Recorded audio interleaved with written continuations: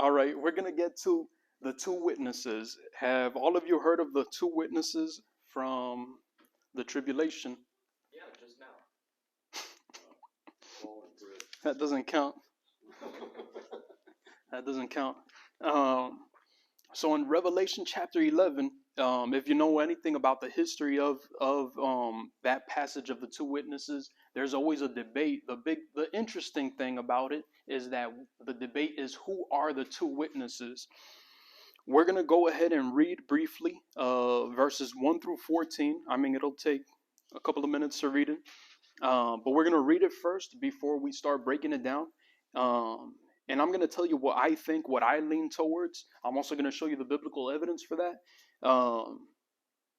and what exactly that could mean. These two witnesses, what they point to for the tribulation, as I've mentioned before, is that although there is doom and gloom, like what we just finished going through, all these abominations and murder and this and that, martyrs essentially, there is still good news and the spreading of the good news that occurs. And ultimately, everything will turn towards the glory of God, and the worship of God. So there's a special ministry that these two witnesses have. We're going to be reading from Revelation chapter 11, verses 1 through 14. I'm reading from the NLT. It may be different in your translation, but it's all basically the same. So this is what it says. Then I was given a measuring stick, and I was told, Go measure the temple of God and the altar and count the number of worshippers, but do not measure the outer courtyard, for it has been turned over to the nations. They will trample the holy city for 42 months, and I will give power to my two witnesses, and they will be clothed in burlap and will prophesy during those 1,260 days. So first off, we're speaking of the temple. We're speaking of the tribulation. We're reading from the book of Revelation. We're speaking of the tribulation. There is a temple. We know that there will be a temple. We've covered that left and right in every single possible angle we could think of. We're also, what half of the tribulation are we speaking of? Because he's speaking of 42 months, 1,260 days. They're all synonymous with 3.5 years. 3.5 years of a 360-day calendar. In other words, half of the tribulation. There are two halves of 7 in the tribulation. So what half are we speaking of? Are we speaking of the first half or the second half? Well, because he is speaking of the negative, that the outer courtyard will be trampled by the Gentiles for 3.5 years, it has to be that he's speaking of the second half of the tribulation. Again, we're looking at the second half of the tribulation. We're looking at these problems that are happening. Also, what did we see in Ezekiel chapter 8? The abominations that are occurring in the temple. When did we conclude that that's happening? It's occurring during the second half of the tribulation. So everything that we've been looking at today has been that second half. So let's continue. Now it begins to speak on these two witnesses. So verse 4, these two prophets are the two olive trees and the two lampstands that stand before the Lord of all the earth. If anyone tries to harm them, fire flashes from their mouths and consumes their enemies. This is how anyone who tries to harm them must die. They have power to shut the sky so that no rain will fall as long as they prophesy. They have the power to turn the rivers and oceans into blood and to strike the earth with every kind of plague as often as they wish. So, wow, this is crazy. This is, again, as I was saying a couple weeks back, these are not parlor tricks. This is not CGI. This is not a movie. This is literally miracles. Miracles are going to happen. Miracles in the positive, because these guys are doing these things on behalf of God. We also have a false prophet, as we see in Revelation chapter 13, that does false miracles. Also, the antichrist will also apparently do false miracles, like what we covered last week. But these prophets, they're going to be doing some crazy stuff, calling fire from the sky, stopping rain, all these things to torment those that are causing these abominations. Again, when they're in the second half of the tribulation. So the Antichrist is going to be set up. He's going to be ruling. He's going to have his troops, people out doing these things. Same time, God has his two witnesses going out and doing it. Definitely. He has two super cool witnesses, to put it in layman's terms. Superpower, Superman. But he also has 144,000 that are also sealed and can't be killed. They have also a ministry that's cool because they can't be killed, but not as cool as these two witnesses that are also causing the stopping of rain, the calling of fire, the kinds of every plagues. So interesting stuff happening. So I hate always focusing on the doom and gloom because there's also cool things happening that occur, and this ministry with the two witnesses highlights some of those points. Verse 7. When they complete their ministry, when they complete their testimony, the beast that comes up out of the bottomless pit will declare war against them, and he will conquer them and kill them. Their bodies will lie in the main streets of Jerusalem, the city that is figuratively called Sodom and Egypt, the city where their Lord was crucified. So, although they're going to be doing cool stuff and that they'll be protected for a while, they will eventually die. And I find it interesting of how Jerusalem is titled. Jerusalem, the city of God, is titled figuratively Sodom and figuratively Egypt. Yet it brings it back to note that where the Lord was crucified. So you can't get it wrong. It's speaking of Jerusalem, yet it's also adding these negative connotations to it, highlighting the abominations that are occurring like we saw in Ezekiel chapter 8. So let's continue. Verse 9. And for 3.5 days, all peoples, tribes, languages, and nations will stare at their bodies. 3.5 days. Doesn't that sound a little bit like Christ? Being dead for a period of time. No one will be allowed to bury them. So they'll see their bodies. They're going to parade the fact that these guys are dead. Also, that's some gruesome stuff. Even if it's someone, even with someone like Osama bin Laden, if he really did die, because that's another. Because they shared a photoshopped image of him, but whatever, of confirming his death. But assuming he really did die, we didn't parade his body out in the streets or nothing like that. No, we gave him even a proper burial per se. You get me? Essentially with honor. Oh, he wanted to be buried in the ocean, and we accomplished that. But what we're seeing here is pretty darn gruesome. For 3.5 days, they were parading the fact that these two guys are dead. How much trouble were these two guys causing? At the same time, who would God entrust with to have such powers and cause such torment on the earth? Who would God entrust that to? Don't give it to me, because I'm not gonna be that responsible. I'm not gonna be. Well, I gotta pay my bills. No, fire down. So just think about it that way. Also, who is God entrusting that kind of responsibility to? But verse 10. Finishing off with verse 9. The nations will stare at their bodies. No one will be allowed to bury them. Verse 10. All the people who belong to this world, that is a title of essentially not saved people. When it says people of this world, like us, yeah, sure, we are technically speaking people of the world, but not really. We're people of God. Like, biblically speaking, we are people of God because we belong to God. Those that are not with God, they belong to this world. So that's the title that it's trying to reminisce right there, that it's trying to bring out. Verse 10, all the people who belong to this world will gloat over them and give presents to each other to celebrate the death of the two prophets who had tormented them. So they have like a mini Christmas going on. They're giving themselves presents, the fact that these prophets have died, and they're happy about it. And again, gruesome stuff, what we'd call like some terrorist acts, essentially. The bodies are dead, and they're not even burying them, and they're just parading that fact. Also, apparently, it may even be televised, because verse 10 mentions all the people who belong to this world. So it may be on YouTube, it may be on the news, it may be on different things like that, where more get to see. Not just those there in Jerusalem, in the city figuratively called Sodom and Egypt. Verse 11, but after 3.5 days, God breathed life into them, and they stood up.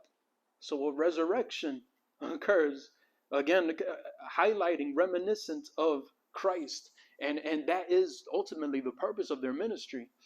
But let's continue. Terror struck all who were staring at them. And I want to point this out to you. Terror struck all who were staring at them. They did miracles. They ended up killing them. They were happy about it. But then they resurrected. Again, terror struck them. Yet do we read that they repent? No. And this goes back to even the idea with Pharaoh, that although these plagues are occurring, his heart was closed. His eyes were closed. The blinds, a veil was before his eyes. The same thing with the Pharisees, where not 100% of the Pharisees were like this, but most of the Pharisees that we read about in the New Testament, even if Christ was doing miracles in front of them, their hearts were closed. They don't believe. That must be power from Satan. That was their mental gymnastics. Yeah, it's miracles, but no, it has to be from Satan. And that was blasphemy. God cut them off. Christ cut them off. So we see something similar happening where God is giving proof before he judges. And you can tie this back to Revelation chapter 14. Before that judgment occurs, before that great wine press, all those killings occur, he gives them proof. God is always just. Let's continue. Verse 12. Then a loud voice from heaven called to the two prophets, "Come up here." That's almost reminiscent of a rapture, almost.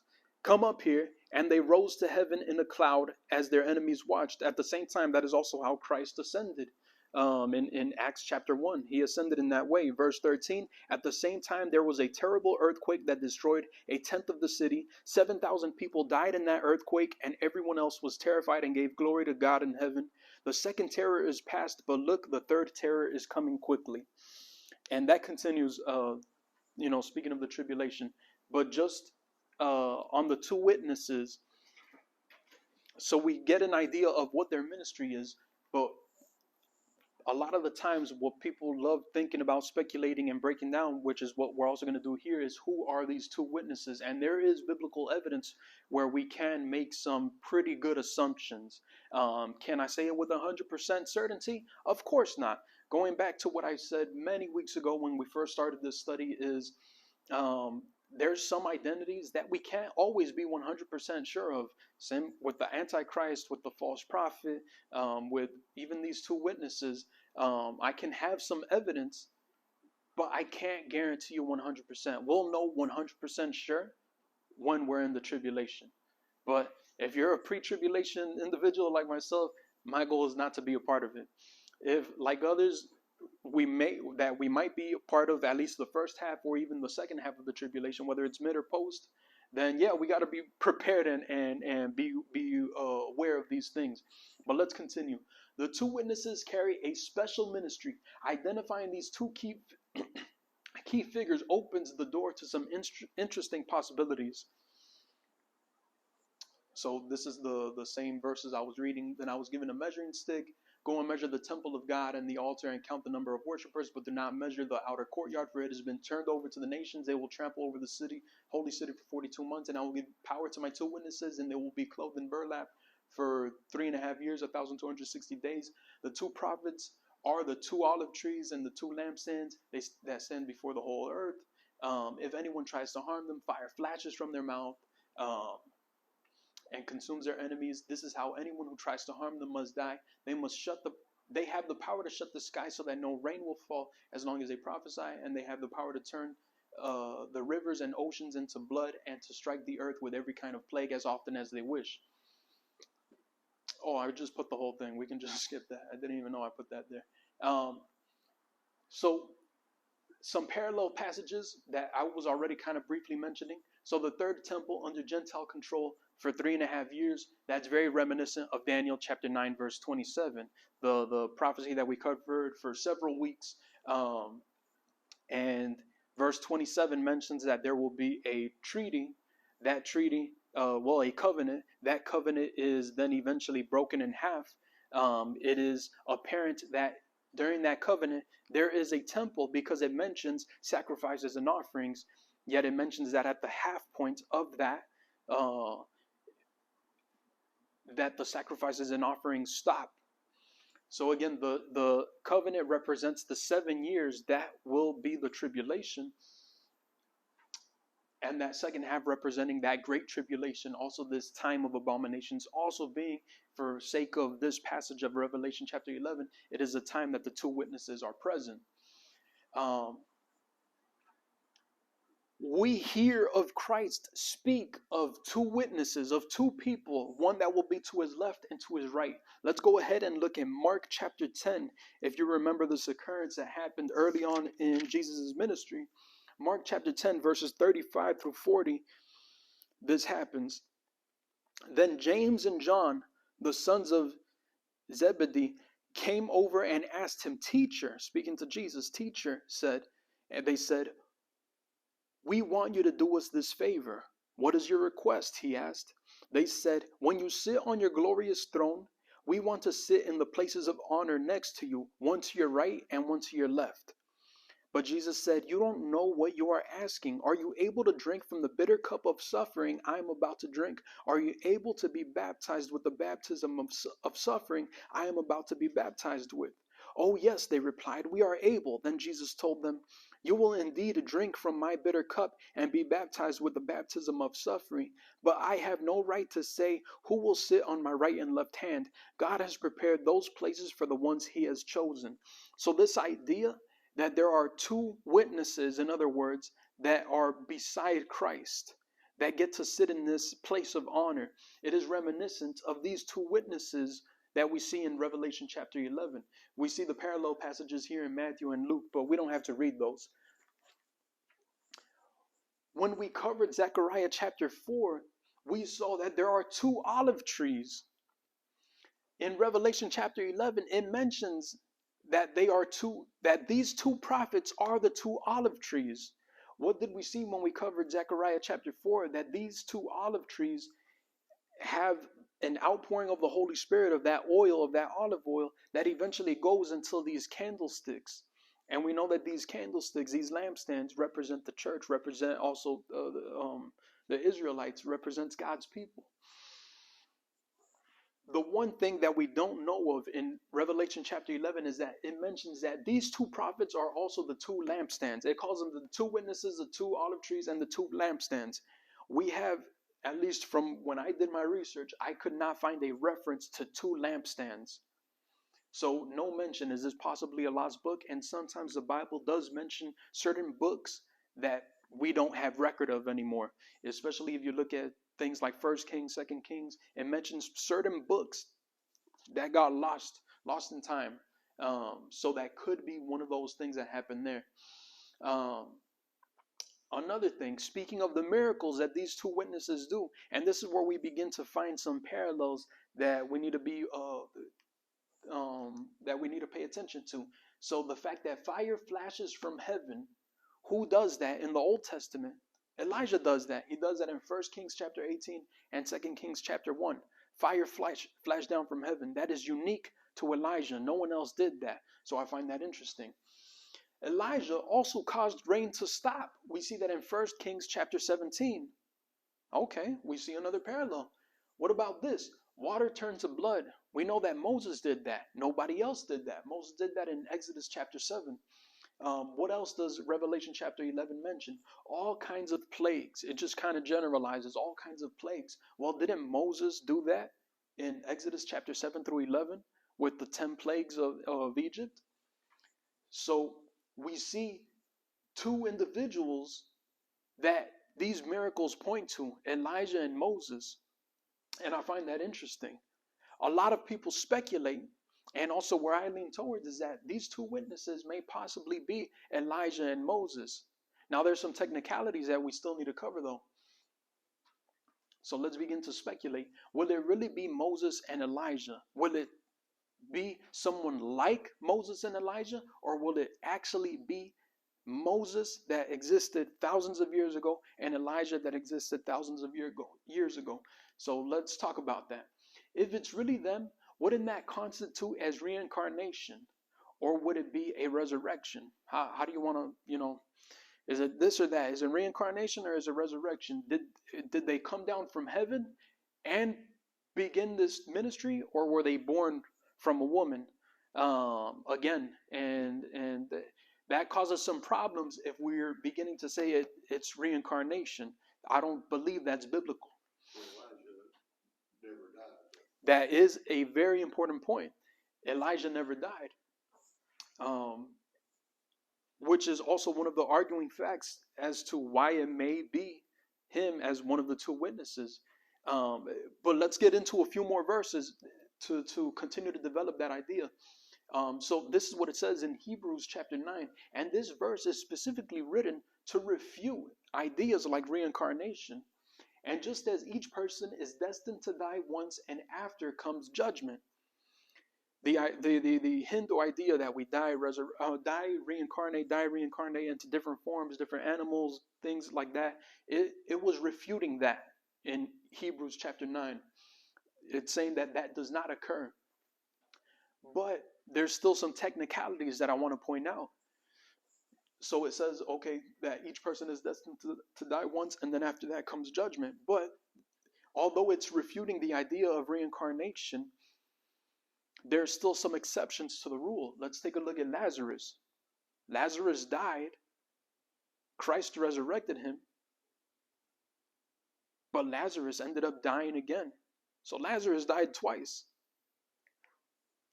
Many were raised to life on Resurrection Sunday. If you remember, after Christ resurrected, there were also these many random people that came up out of their tombs. They did not go up to heaven. They eventually died again. Same idea. They died twice. It's kind of breaking this rule per se. But again, I believe that this was written to refute reincarnation. But just showing you some of these outside things. To your point, Elijah never technically died. He did not get old and die. He was taken up to heaven, in a sense, almost like a rapture. He was taken by the chariots of God up into heaven. And you see that in 2 Kings chapter 2, verses 9 through 14. Interesting thing that happened. Moses, a lot of people don't really know how Moses died. Moses did not die of old age. And the verses speaking of it in Deuteronomy chapter 34 argue that pretty hard if you're paying attention to how it's saying it. Moses was put to sleep by God and his body was hidden. When Moses was put to sleep by God, if you read Deuteronomy chapter 34, verses 4 through 7, it specifically mentions Moses was, although he was, I believe, 120 years old, he was still sharp.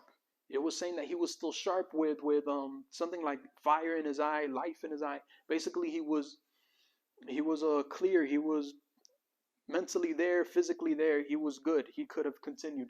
Yet it mentions that essentially God put him to sleep. So does that constitute as something like Elijah or something like Enoch, where he was taken up? Or did God like really kill him and buried him? One of the other interesting things that we see from Jude chapter 1 verse 9. I mean, there's only one chapter in the book of Jude, but in verse 9 of Jude, it mentions something very weird concerning Moses. We never read about this anywhere else. Yet again, Jude is apparently referencing something old, an old book that we don't have access to. Again, pointing the idea that there are some books that have been lost in time. But what Jude points to is that Satan and Michael, the archangel, fought over the body of Moses. Why were they trying to get the body of Moses? Why was Satan trying to get the body of Moses? What is so important about the body of Moses in the end times?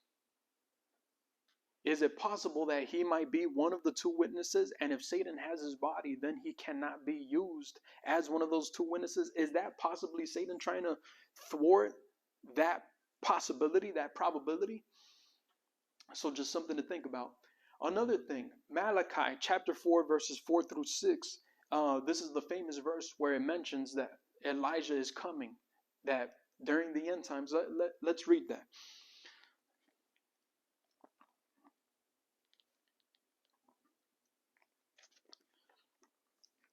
I'll read from verse 5, but then I'll go backwards again. So from verse 5 it says, "Look, I am sending you the prophet Elijah before the great and dreadful day of the Lord arrives." The great and dreadful day is synonymous with the great tribulation. This is not speaking of when Christ came the first time, when it was all good and mercy and love and joy. No pun intended. Look, I am sending you the prophet Elijah before the great and dreadful day of the Lord arrives. His preaching will turn the hearts and fathers to their children, and the hearts and of their children to their fathers. Otherwise, I will come and strike the land with the curse. So it seems that Malachi is saying, mind you, Elijah is long and gone at this time that Malachi is writing this, yet it's mentioning that he will come again. But what a lot of people have looked over is the interesting thing that it mentions in verse 4. Who does it mention in verse 4? Remember to obey the law of Moses, my servant, all the decrees and regulations that I have given him on Mount Zion for all of Israel. I find it interesting that Malachi happens to join both entities, both individuals again, Moses and Elijah, when we're seeing so many things that pertain to the both of them. So essentially, it's like obey Moses and Elijah is coming. But the question is Moses also coming again? Is he one of the two witnesses? Just one of the speculations. But now we get into some interesting verses. Let's go to Matthew chapter 11. And some interesting conversations happened when Christ came the first time concerning who Elijah is. So Matthew chapter 11 verses 13 through 15. These are red letters. This is Jesus speaking. It says, "For before John came, all the prophets and the law of Moses looked forward to this present time. And if you are willing to accept what I say, he is Elijah, the one who the prophets said would come. Anyone with ears should listen and understand." So let me repeat that part one more time. If you are willing to accept what I say, what Jesus says, he is Elijah, the one who the prophet said would come.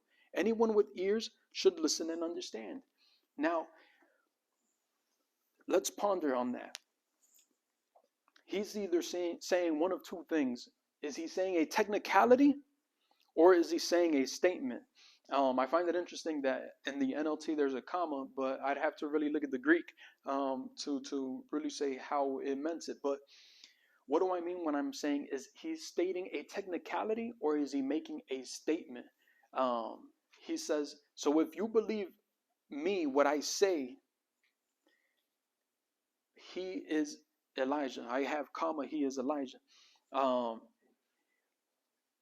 What I mean by is this a technicality is that if what Jesus is saying to the Jews essentially is that if you believe that I am the Messiah, then that means the millennial kingdom can come. Then that means he can reign as king.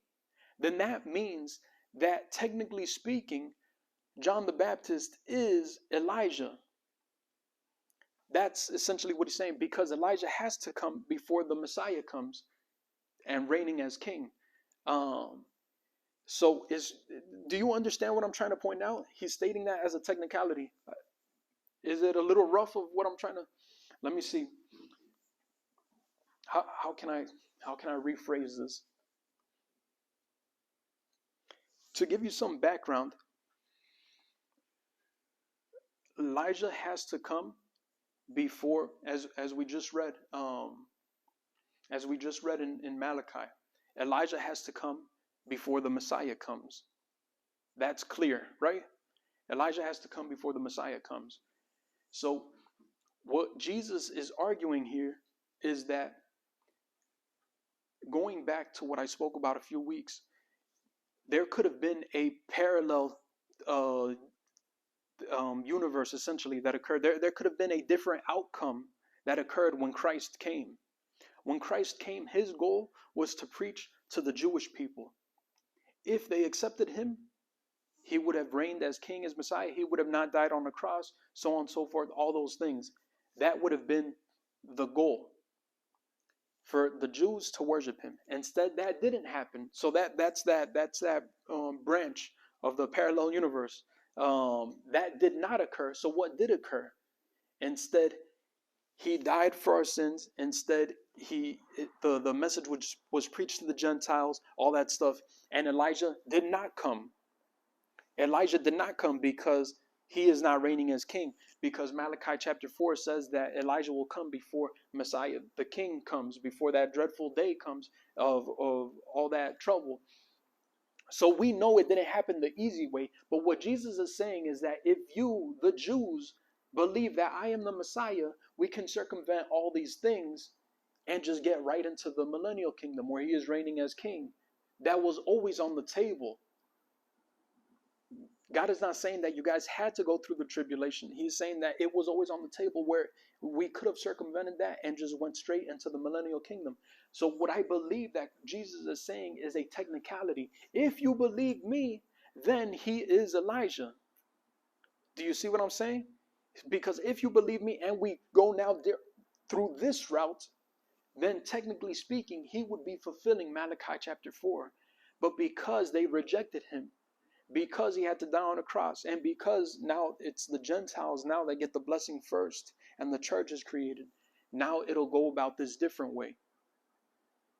Does that kind of clarify it a little bit more? So let's look at it as if he was saying John the Baptist was a type of the Elijah who was to come. At the same time, that could be, so that's the other thing. So he could be, I kind of wanted to open with that idea first, that possibility first, that first he could be speaking of a technicality. But yes, what is popularly stated on that verse is that John the Baptist was like in the spirit, he came in the spirit of Elijah.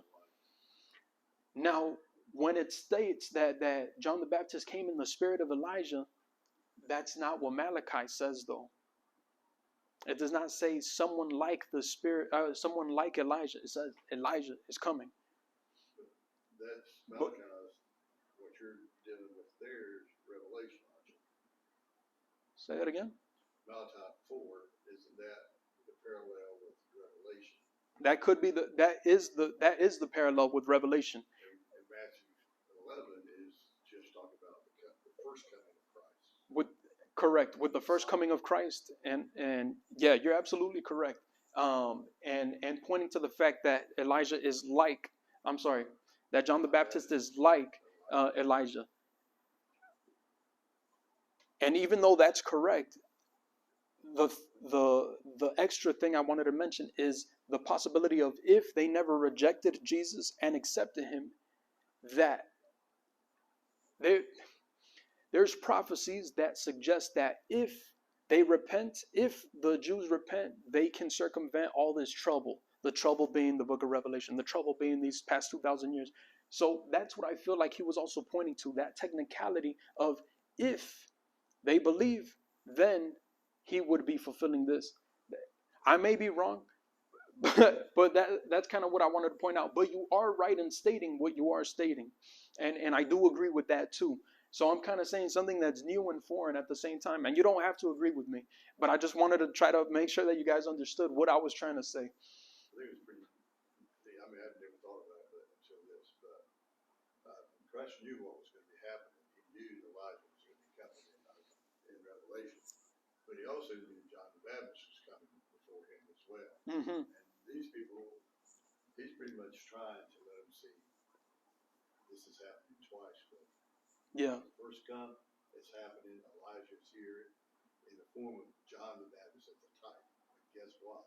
He's coming again. Yeah. And the real Elijah may be one of the two witnesses that comes. Yeah. I find it interesting, already getting past this idea with Matthew 11, I find it interesting that every Passover, they have an extra seat that is empty. That extra seat is for Elijah to come and sit down, and they speak essentially to the spiritual world, and they say, oh, this seat is dedicated to Elijah. Also, every time during Passover, they open their front door to see if Elijah is there. So it's something that they're still awaiting.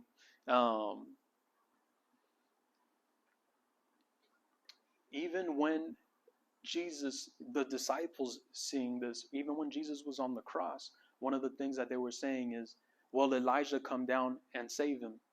While he was on the cross. Of course, they didn't understand the entire plan, but there is a belief that is persistent that it will literally be Elijah that comes back. Also, looking at these context clues of what's going on with Moses, how he lived, how he died, and something going on with his body from Jude verse 9, there's a possibility that it is also literally him. And again, these, well, I covered it on the previous slide. The plagues and the water turned into blood, that points to Moses, the miracles that Moses committed, performed. No other prophet did something similar. But that's the class. That's just covering the two witnesses. We'll end here. Next week we'll finally get into the final governments. We're gonna look at the most popular of the popular chapters, being Daniel chapter 2, Daniel chapter 7, chapter 8, Revelation 17, 18. My goal next week is to combine all these things and have essentially a list of what we're looking for. Because when you just look at one of those prophecies, so I'm actually going to try to get through 3 prophecies in one day. But my goal is not to speak on the past, but only really look at the future. And if you want to kind of go in depth with it, you're gonna have to like look at another teacher essentially, that can help supplement that. But combine those things so that you have a package and idea of all the things it pertains to. If you just look at one prophecy, it gives you a small view. If you combine all of them, it gives you a much better view of what we're looking at. And by the way, this image, I'm getting ahead of myself, but this image is from the UN, from the United Nations. This is the beast that keeps peace, supposedly. Oh my gosh. I'm not even joking. I'm not even joking. And Get your picture with the beast. no, I don't want to be a part of that. I'll send it to you guys now, on your phones. But this is literally what they call the beast that keeps peace. The beast that keeps peace. Something like that. Not too long ago, I believe it was this year. But let me stop recording.